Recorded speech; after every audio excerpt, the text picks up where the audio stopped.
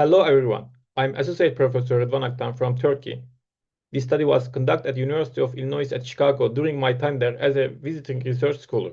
Today, I will briefly present our recent study investigating the effects of high-intensity inspiratory muscle training in patients with heart disease. The main purpose of this study was to assess whether high-intensity inspiratory muscle training can improve not only inspiratory muscle strength, but also cardiovascular function, exercise capacity, and the perception of dyspnea.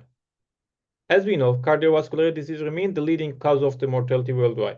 In these patients, endothelial dysfunction and arterial stiffness play a critical role in disease progression.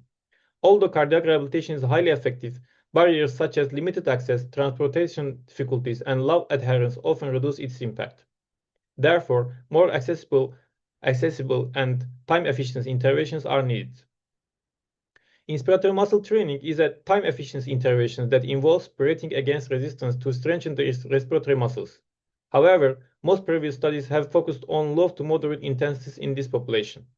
In this study, we specifically investigated the effects of high-intensity training. This was a randomized controlled pilot study, including 11 patients with heart disease. Participants were randomly assigned to either a high-intensity training group or a sham-control group. The interventions lasted for 4 weeks, with sessions performed twice daily, 5 days per week.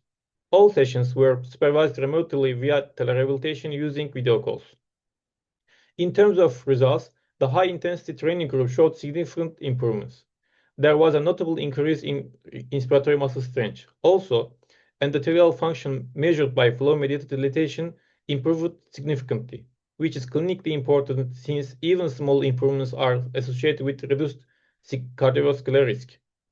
Functional exercise capacity improved as well, with an average increase about 43 meters in 6-minute walk test. Additionally, patients reported reduced dyspnea, meaning less breathlessness in daily life, and both systolic and diastolic blood pressures decreased. However, there was no significant change in arterial stiffness, which may be due to the relatively short duration of the intervention or small sample size.